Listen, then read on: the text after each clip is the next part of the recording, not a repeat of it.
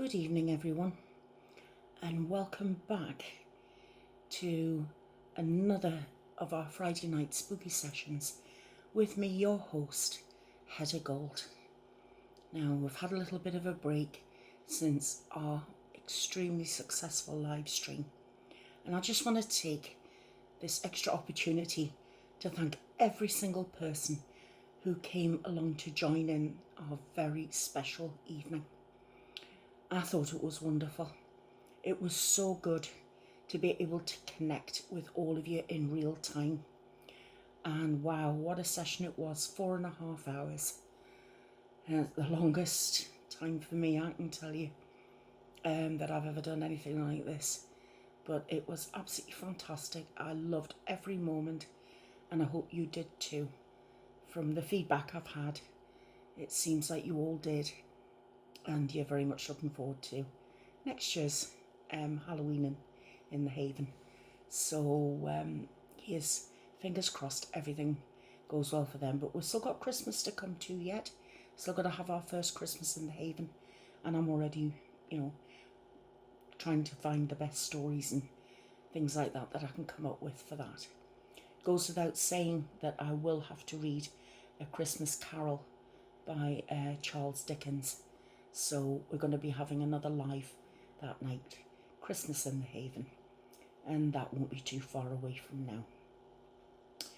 Anyway, getting back to this evening, I found what I think are two fairly spooky ghost stories for you. So without further ado, I would like to again thank you all very much for being here. I do hope you like the stories that I've got for you tonight. So I will ask you to please sit back, relax, as I read to you your first story tonight, and it's called A Chance Encounter. And I really do hope that you enjoy it.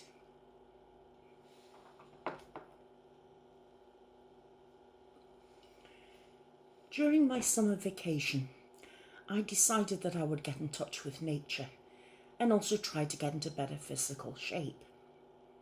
That's the character, by the way, not me. You can't really see me doing that, can you? No, not really. That would be very scary. So, on a particularly Sunday, Tuesday morning, I hopped into my car and drove down to the countryside for a walk, where I could do those two things at the same time. Just as I had hoped, the weather remained pleasant once I reached my destination. Clear blue skies without a single cloud in view.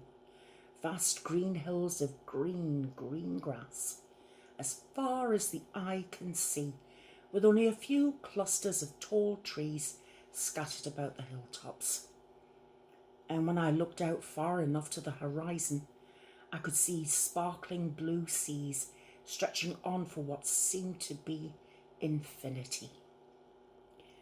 I love the city, but this place looked absolutely amazing. Still, I get the feeling the novelty would wear off quickly if I stayed around for too long. I set off walking, heading up the nearest and the steepest hill before me. The fresh air was bracing and clean compared to what I was used to in the city. The sweet sounds of nature filled my ears, from the distant chirping of the birds to the whistling winds that faded in and out of earshot regularly. The place was so serene, but despite the beauty of it all, I felt uneasy. I'm not sure how to explain it to you, but it just felt strange to be the only human being around, you know? There's a sense of isolation and the feeling in the back of your mind that nobody would be around to help you if something happened. Despite this, I pressed on, walking up the hill until I was walking through one long cluster of trees. There was a growing stench in the air that I noticed more and more as I progressed up the side of the long hill. The smell of decaying leaves, but there was a faint hint of smoke in the air. Smelling that made me feel a little nervous, but I brushed the thought aside. Yeah, probably some plants probably smell like that naturally. I wouldn't really know either way. I'm a city girl. As I walked through the trees, the wind blew up again, and I heard the faint noise of singing. It grew louder and louder over the span of a few seconds, and then it suddenly died down entirely.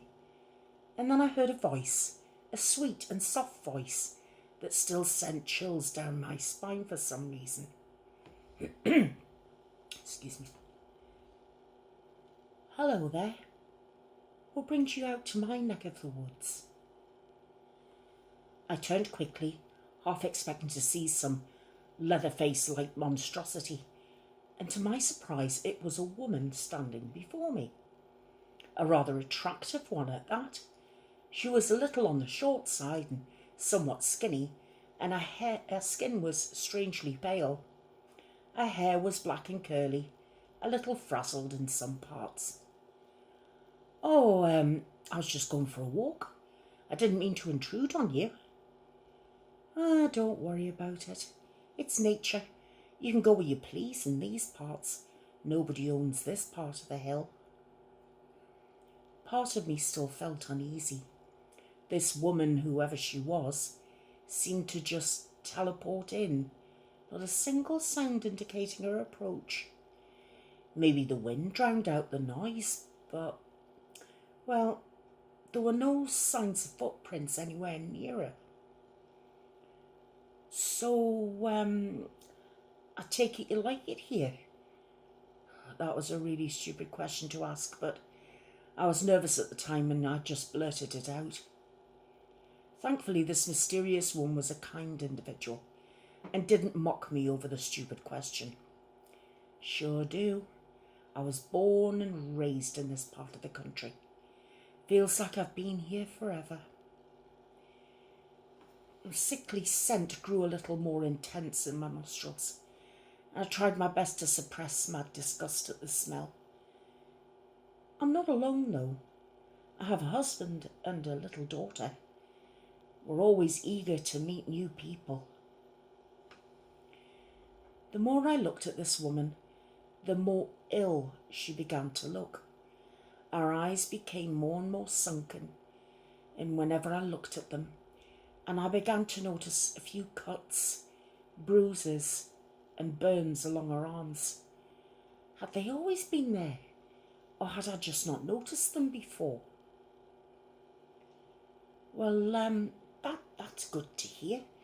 Family is important after all, I replied, feeling more awkward and uncomfortable around this nameless woman. Ain't that the truth? Hey, why don't you come up to our house for lunch? It's just over that hill over there. She pointed upward and I followed to the hilltop where her finger was pointing. A sudden wind kicked up, making me flinch, and once I turned around, I noticed that the woman I was just chatting to had completely vanished. At the time I thought it was just some kind of creepy prank being played on me. You know, country folk wanting to get a good laugh on the city kid. I laughed nervously to take the edge off, but I was utterly alone at the time. Seeing that this woman wasn't going to reappear any time soon, I continued trekking up the hill to continue what I came here to do. The walk up the steep hill gradually took my mind off the strange events from earlier. The ambience of nature took hold of me again, the soft sounds of birdsong and grass crunching underneath my foot, the smell of sounds and nature in my ears. But that smell, it persisted, and it just continued to grow stronger. I came over the hill and was greeted by a sight that made my heart stop. Beads of cold sweat breaking out along my body from the sudden fear. A burnt-out husk of a house on one relatively flat patch of land beneath the other slope of the hill. The flames, whenever they had come about, hadn't actually reached any trees, thankfully. I don't know why, but I started moving down the hill, getting closer and closer to the smoked out ruin to investigate it. I can't quite tell how long ago this fire happened, but the freshness of the smell makes me think it couldn't have been more than a day or two. The flames hadn't spread too far from the structure, and whoever owned the place seemed to clear out all the grass that surrounded their home. Lucky too, that could have sent the whole place ablaze. When I reached the clearing and got a better look at the burnt out home, I had to hold my shirt up to my nose. Anything to block out the stench. I surveyed the ruin, pressed closer to it until I felt something loudly crunch underfoot. I pulled my foot back, and then a bone. A scorched human bone, cracked right under where I'd just walked. My eyes trailed up against my better judgment, coming to rest of the collection of burnt human bones trapped beneath a layer of dirt and ash. Skull stared right out at me, shook me to my core, and sent me staggering backward. I looked away, trying to clean the horrible sight from my mind, but as soon as I looked away, I saw another skeleton. This one was lighter and slightly shorter, and going by the anatomy, it was a woman's skeleton. And there, cradled in that female's lifeless, bony arms, were the small, scorched remains of a little child's skeleton.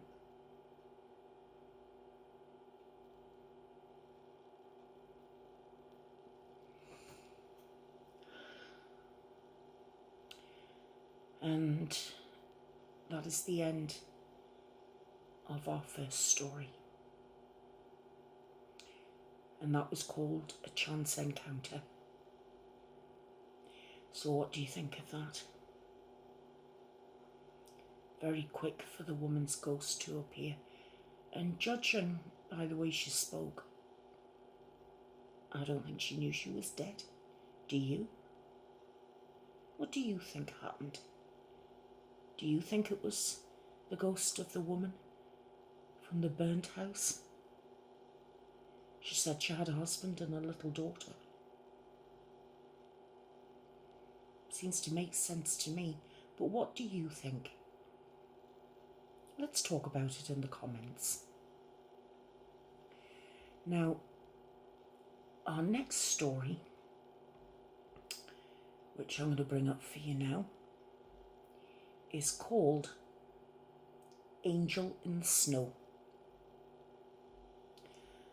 And I don't know how creepy you'll find this one, but I'm sure you'll tell me as I read it to you. So, again, please sit back, relax, as I read to you your second story tonight, and it's called Angel in the Snow. And I hope you enjoy this one too. In college, I was a bit of a goth chick. Well, more than just a bit. I was in it, deep. Luckily, so was my classmate, Tara. We hit it off immediately. We became roommates, and quickly discovering our shared love of all things dark and creepy. Music, TV shows, fashion, you name it. We called ourselves the Goth Girlies. No joke. It's a little cringy now, but we all do stupid things when we're young.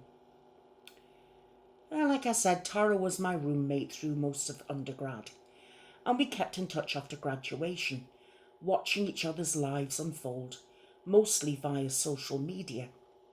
Just last summer, Tara bought a house right next to a cemetery, and I was absolutely ecstatic for her. We'd always talked about how cool it would be to live in a quiet suburb next to a small, brawling graveyard, instead of the bustling grey metropolises that we'd both come from. I was still hopelessly stuck in mine.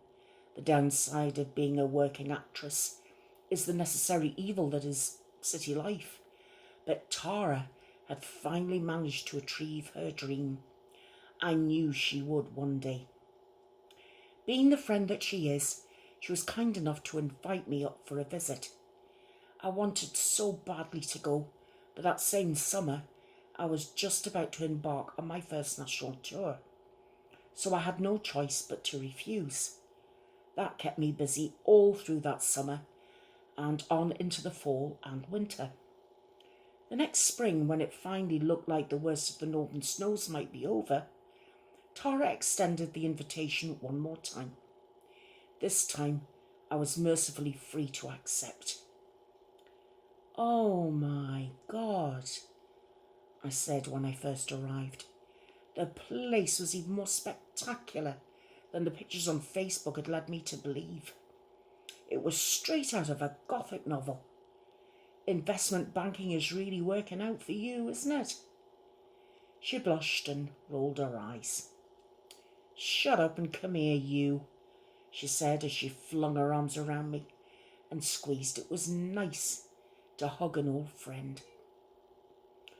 Her little dog, Mocha, who up to this point had been sitting by very quietly and obediently, suddenly decided I was a bit too close to his mama and began pawing lightly at my leg. I laughed and knelt down to give him some well-deserved scratches. These seemed to satisfy him, and he graciously left us girls to our conversation. "So," I said, once the wine had been poured, "I'm sure you know what I'm curious about." "What?" Tara asked, seemingly genuine in her curiosity. "Oh, only that vast collection of corpses that's practically right in your backyard." I thought she'd bubble over and start telling me a million stories about her exploration of the place, but that was not what happened. Instead, a smile disappeared.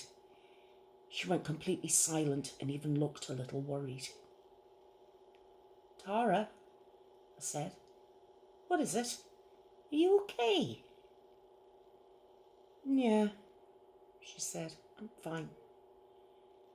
She paused. "I just think, well, maybe living next to a graveyard wasn't the best idea." I was stunned. "Are you kidding? We used to talk about this all the time. This is one of your life goals." "I know," she said. "That's what makes this so disappointing." "What's disappointing?" I asked. "Is the cemetery too recent? I know you like the old ones." "No," she said abruptly. "It's not that." She fell silent again. "I'm not sure you'd believe me if I told you." "Try me," I implored. Part of me was excited, expecting to hear a spooky story, but somewhere deep inside my concern was growing. She took a deep breath and began. "I was so excited to live here. You're right. I love old cemeteries, and I've always wanted to have easy access to one, but I just don't go there anymore. I can't. It would be so convenient if I could. Now I have to drive across town to the park just to toss a ball with Mocha." "Why?" I asked. "What happened?" Well, she hesitated before going on. "Everything was fine until the first really good snowfall. Back then, yeah, I would just take Mocha over to the cemeteries for his walks and to run around. On this particular day, it had just snowed the night before, and so Mocha and I seemed to be the only ones in the whole place. Or the only living things, I guess. I decided it wouldn't hurt to let Mock off his leash to run around for a bit. So I did, and he took off like a shot. I could barely keep up with him. It was like he was hot on the trail of something. Eventually, he finally stopped long enough for me to catch up with him. But where he stopped, he'd gone right up to a particular grave. It was a child's grave. A little girl. Emily, I think her name was. I don't remember the dates, but she died sometime in the late 1800s. She was only 6 or 7. A tombstone was one of the nicer ones. One of those obelisk-style tombstones with a beautiful little angel standing right on the top of it with its arms outstretched. I remember thinking it was funny that the snow had piled up just right on the angel's head, and it looked like it was wearing a kind of elf's hat or something. She smiled at the memory. I snorted slightly, picturing the sight for myself, and waited for her to continue. As she slipped back into the story, a smile faded once again. And Mocha had gone right up to this tombstone and was sniffing around at the ground right in front of it. It was then that I noticed that someone had made a snow angel right there on top of the grave. It looked relatively small, child-sized, and it was fresh. It had obviously been made sometime after the snow stopped falling, because I should see the dead grass poking through. She looked up at me, her eyes wide and bewildered. Through my wine-induced haze, I thought I saw her tremble slightly. "Well, that actually sounds sweet," I said, attempting to comfort her and urge her on. "Well, I thought so too at first. Then I realised something." She paused once again. "The only footprints leading up to the grave were mine and Mocha's, and there were none leading away. If there was any doubt before, she was definitely trembling now. Whoever made the snow angel hadn't left any footprints."